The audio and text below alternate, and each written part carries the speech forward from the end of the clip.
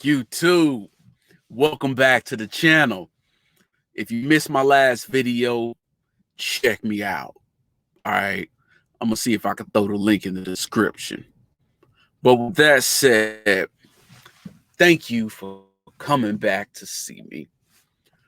Today, I'm mostly talking to the rookies, but some of y'all pros can definitely get in on this too. Today's topic is mind your manners. No, seriously, mind your manners. Reason I say this is because, let's be for real here. You are a shipper, you're going to a shipper or a receiver. You are a carrier. You are on their turf, their property. Mind your manners. Don't come in with this cocky attitude. You got to understand, they're going to load you when they are ready to load you. Not when you're ready to be loaded. When they're ready.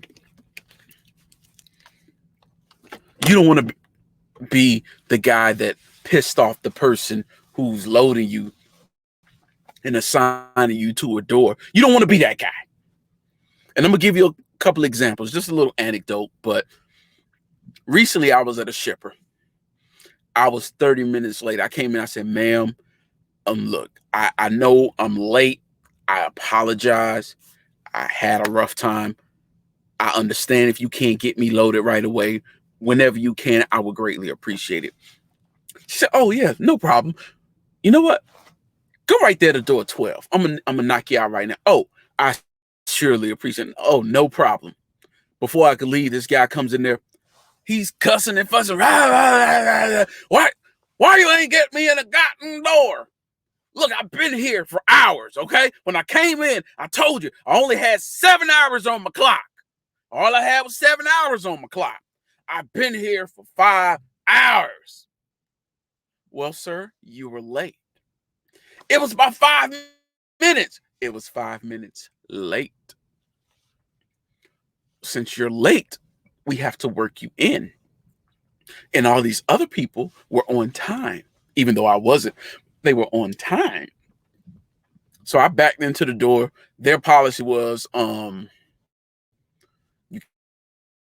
can't stay in the truck. I hate that policy. So I get back.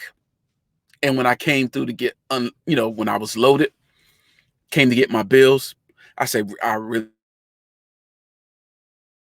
appreciate you taking care of me. What's taking so long? When are you going to get me unloaded? Sir, you're going to have to wait. You were late for your appointment. So you're going to have to wait. We'll get around to you as soon as we can. So he gets on the phone. He calls his dispatcher or his DM or whatever. And he calls it a beat, said this B word just told me that I can't get on here. And they're telling me this and they're telling me that. And he was walking outside when he said it. She said, oh, I'm a B now.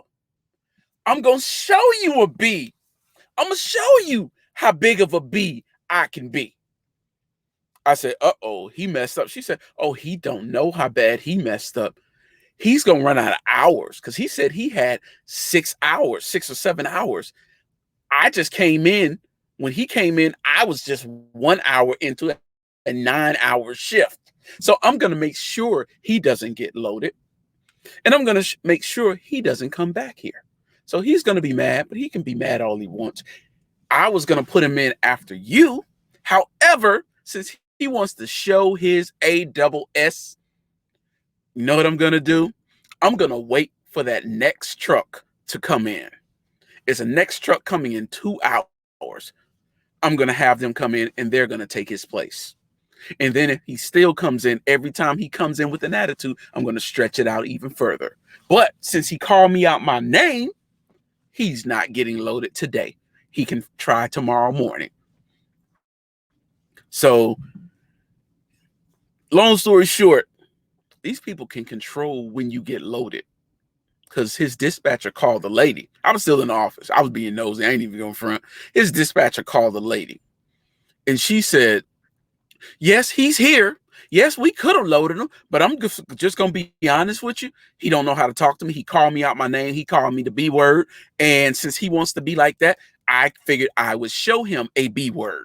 So he won't get loaded. Not on my shift. You know how you know how women are. Like, oh, no. So he didn't get loaded. I left. He was outside cussing and fussing. I said, you know, you get more with honey than salt. He's like, shut the up. I said, okay. He said, just get the out of here. I said, oh, I'm about to get the out of here. I'm loaded. You waiting to get loaded. So I am about to get out of here. So I left. Understand, these people are not always going to be nice to you. If you see somebody with this look on their face like, I'm mad at the world because I'm mad at this BS job I picked, smile at them, say, hey, how you doing today, sir? How you doing today, ma'am? Be polite. Trust me, it gets you a lot further in this business. Sometimes they won't bring it back to you. They won't return the favor. Doesn't matter. Continue being polite. Continue to be nice. Mind your manners. You keep doing that, they can't say you did anything wrong. Now, don't get me wrong. If you get into it, you are automatically wrong. They look at themselves as above you because we will call a job. They look at us as being the lower echelon of humanity, like they've ascended above our level, despite the fact that we make more than they do. Okay? We make more than they do. However, they think they're better than us. It is what it is. Money doesn't determine your value as a person or your self-worth, but it does help you out in this world. Let's just be for real. In a capitalist society, cash is king. That's not just an expression. That's a truth. Cash is king, said. Cash rules everything around me. Cream, get the money. Wait, let me not get a copyright strike. You know what I'm saying? Peace to the woo. But yeah, you always want to make sure you talk to these people correctly because they have too much power. You don't want to be the guy that runs out of hours waiting at a shipper. You don't want to be that guy. You don't want to be the one to piss them off because if they call your dispatcher and say, look, I don't want this guy on our property ever again, you've endangered that contract. They're going to get rid of you. They're not going to have to tell your dispatcher, okay, you can run this guy anywhere except that property over there because he's banned. No, they're going to get rid of you because you jeopardize a contract, a much more lucrative deal, more than likely a multi-million-dollar deal. And you think they're going to do that for your 50, 60, 70, 80, even £100,000, $100,000 year earning self? They don't care about you. They care about that contract. We got to be for real. Business primary function is to make money. If they can do some nice things on the side, cool, but it cannot interfere with the primary directive of making money. Shmoney. That's it. That's all they care about. It's nothing else. So with that said, like, you get to a shipper, mind your manners, treat these people with respect. Treat them the way you want them to treat you, even if they don't treat you right. If they don't treat you right, if there's that big of a problem or that big of a respect discrepancy, do not go off. You will be at fault. Call your dispatcher, be like, hey, look, man, I ain't gonna be able to do this shipment. What do you mean? What's wrong? Look, man, the guy's fussing at me, they hollering at me, they calling me out my name. I can't deal with that level of disrespect. You're gonna have to call somebody else and get me something else. You do that. That way, your name, or as we say down south, your fake car is still good.